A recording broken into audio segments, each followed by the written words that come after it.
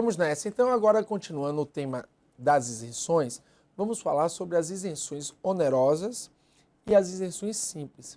E as implicações dessa classificação das isenções no princípio da anterioridade e na revogação dessas isenções.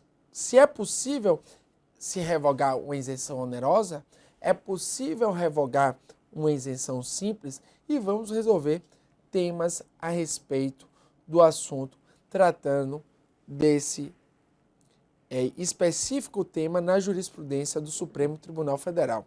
Então vamos lá. Veja que as isenções onerosas, também denominadas de isenções condicionadas, elas acarretam um encargo àquele que vai ter o benefício.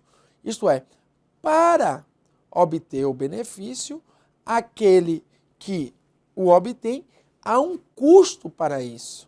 Então, por isso que se afirma que ela é onerosa. Normalmente ela é por um prazo certo e há um custo para o particular para obter essa isenção. Já a isenção simples ou incondicionada é a isenção aplicada normalmente a tudo e a todos, né? Não há qualquer condição, não há qualquer custo, não é? Basta que o contribuinte se amolde àquela situação prevista de forma geral e abstrata em lei. Então, veja, as isenções onerosas exigem uma contraprestação e acarretam custo ao beneficiado. Por exemplo, na Bahia, o governo do estado exigiu da empresa Forte a contratação de grande quantidade de empregados baianos. Não é? Então, há um custo para isso, a empresa, e aí você vai perceber comigo que isso vai acarretar um direito adquirido a essa isenção pelo prazo determinado. Nas isenções simples ou incondicionadas, não há qualquer imposição de contraprestação ao beneficiado, ok? Ou seja, ele se adapta à norma geral e abstrata, não há qualquer custo, qualquer dispêndio para obter essa isenção. E aí chamamos a sua atenção ao Código Tributário Nacional, que a respeito da extensão ou revogação da isenção. Veja que, salvo disposição de lei em contrário, a isenção não é extensiva às taxas e contribuições de melhoria. Isto é, se a isenção ela se refere ao IPI, se a isenção se refere ao imposto de renda, se a isenção se refere ao IPTU, não há qualquer tipo de extensão, não pode se fazer uma interpretação ampliativa, uma interpretação extensiva para abranger taxas e contribuições de melhoria. No caso da isenção, a lei tem que ser expressa no sentido de contemplar taxas e contribuições de melhoria. Perceba também que a isenção não é extensiva, salvo disposição de lei em contrário, aos tributos instituídos posteriormente à sua concessão. É o que a doutrina chama de isenção em branco. A lei não pode estabelecer uma isenção para um tributo que ainda nem surgiu. Veja um exemplo comigo, imposto sobre grandes fortunas. Está na Constituição de 88, mas até hoje não existe uma lei complementar, passados quase 26 anos, não existe uma lei complementar criando um imposto sobre grandes fortunas. Então, pode uma lei complementar da União estabelecer isenção a respeito do imposto sobre grandes fortunas? A resposta é não, porque se o tributo ainda nem existe, não surgiu nem a obrigação tributária, não é exercício nem da competência tributária. Então, quando a prova fala que são vedadas as isenções em branco, está se referindo exatamente a isso. Isto é, não se pode conceder isenção a tributos que serão criados posteriormente à lei isencional. Então, o CTN fala que a isenção não é extensiva aos tributos instituídos posteriormente à sua concessão. Por quê? Porque eles ainda nem existem. Veja também que o artigo 178 do CTN afirma que as isenções podem ser revogadas a qualquer tempo, salvo as isenções condicionadas e por prazo certo. E isso deu origem à súmula 544 do STF, que fala que a isenção tributária concedida sob condição onerosa não pode ser livremente suprimida. Veja que essa súmula 544 é uma das súmulas mais cobradas no mundo dos concursos públicos. O que ela quer dizer? Que na isenção onerosa há um custo. Você viu na empresa Ford, há um custo para a empresa Ford. Ela teria também, um dos requisitos seria abrir uma escola, abrir escolas de formação no litoral norte.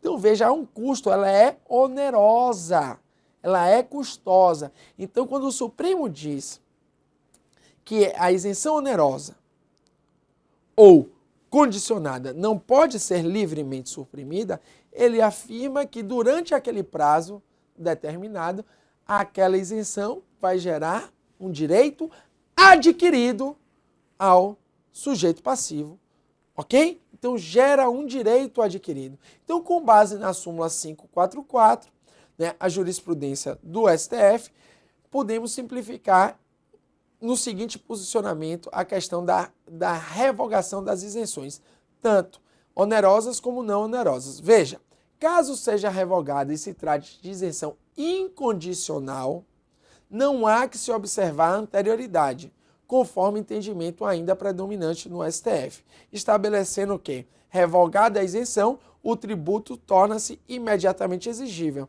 Em caso assim, não há que se observar o princípio da anterioridade, dado que o tributo já é existente. Então veja a decisão aí do ministro Carlos Veloso, depois teve outra decisão do ministro Maurício Corrêa no mesmo sentido. Estamos falando da isenção incondicionada ou isenção simples, que são aquelas isenções que não são onerosas. Podem as isenções não onerosas, incondicionadas, também denominadas de simples, serem revogadas? Pode. Mas em caso de revogação, deve-se esperar até o primeiro dia do exercício financeiro seguinte à publicação da lei? A resposta é não. Quando da revogação da isenção incondicionada ou não onerosa, o tributo torna-se imediatamente exigível após a revogação, uma vez que o Supremo Tribunal Federal ainda tem o entendimento que, no caso da isenção, há exercício da competência tributária, há fato gerador, há obrigação tributária, só não existe lançamento. Se a isenção é impeditiva de lançamento, quando revogada, basta que a autoridade administrativa efetue o lançamento. Então, não fere, no caso, o contribuinte, ele não é surpreso com a tributação inesperada, segundo o STF, uma vez que ele já sabia que o tributo existia, que ele já sabia que o tributo incidia, ele só estava com um benefício fiscal durante aquele período da lei. Se a lei foi revogada, o tributo torna-se imediatamente exigível. Agora veja, caso a isenção seja por prazo certo e condicional, isso é, condicionada, aí estamos falando da isenção onerosa. Aí, nesse caso, não há nem que se falar em revogação, porque não é possível. Então, não há que se falar em revogação, porque se trata de isenção irrevogável, havendo direito adquirido, porque súmula 544 do STF. Ok? Por último, devemos ainda dizer que a isenção, quando não concedida em caráter geral, ela é concedida de forma individual mediante o despacho da autoridade administrativa. E o CTN afirma que nos tributos lançados por período de tempo, que são aqueles tributos que têm fato gerador permanente, fato gerador constante, fato gerador continuado, ITR, IPTU, IPVA, eles são tributos propter rem, que seguem a coisa. Então, durante aquele período de tempo, sempre vai ser tributado, no caso dessas espécies tributárias que acabei de citar, IPVA, ITR, IPTU, uma vez ao ano. Então, nesse caso, a todo momento, o beneficiário tem que provar as condições. Então, em todo ano, o beneficiário tem que mostrar que obedece às condições e tem que obter o despacho da autoridade administrativa. É isto que afirma o CTN. Então diz, tratando os tributos lançados por período certo de tempo, o despacho autorizativo da autoridade administrativa será renovado antes da expiração de cada período, cessando automaticamente os seus efeitos a partir do primeiro dia do período para o qual o interessado deixar de promover a continuidade do reconhecimento da isenção. Em síntese, quer dizer que a todo ano tem que existir o despacho individual da autoridade administrativa nessas espécies de tributos que tem fato gerador permanente. Portanto, o despacho autorizativo da autoridade administrativa não gera direito adquirido. Vejamos agora algumas questões de concurso. Primeira questão. Considerando que para estimular o desenvolvimento da região norte, a União lance programa concedendo isenção do IPI por 10 anos às indústrias que ali se instalarem, podendo tal benefício ser prorrogado por mais 5 anos. Então veja que é uma isenção onerosa. Tratando-se de isenção concedida por prazo certo e sob condição onerosa, o contribuinte tem direito adquirido à sua fruição, correto, verdadeiro, o item súmula 544 do Supremo Tribunal Federal, que afirma que a isenção onerosa não pode ser livremente suprimida. Próximo. Segundo a orientação do STF, a revogação da isenção não se sujeita ao princípio da anterioridade, fazendo com que o tributo volte a ser imediatamente exigível. É correta. Agora, claro que você sabe que o mundo dos concursos não é perfeito. A isenção que ele está falando aí é a isenção não onerosa, é a isenção simples, é a isenção incondicionada, porque o STF entende dessa forma que o tributo já incidia, então não é necessária a observância da anterioridade. Veja que o nosso querido Supremo Tribunal Federal, com essa jurisprudência, joga por terra o artigo 104, inciso 3º, ou seja, não dá bola nenhuma ao artigo 104, inciso 3º, que afirma que nos impostos sobre patrimônio e renda deve-se observar a anterioridade quando é revogada a isenção, ou seja, não há aplicação pelo STF do artigo 104, inciso 3º do CTN, porque o STF diz que quando revogada a isenção incondicionada, o tributo se torna imediatamente exigível. Vejamos outra questão. As isenções integrando o sistema constitucional tributário brasileiro se subordinam aos princípios que o informam, e assim é certo asseverar que lei que institui a isenção de todos os tributos federais, se explicitamente não diz que se aplica às taxas e contribuições de melhoria, deve-se entender que a isenção não abrange estas espécies tributárias. Perfeita a questão, muito boa. Você viu que, em regra, uma isenção, salvo dispositivo de lei em contrário, não vai ser extensiva às taxas e às contribuições de melhoria.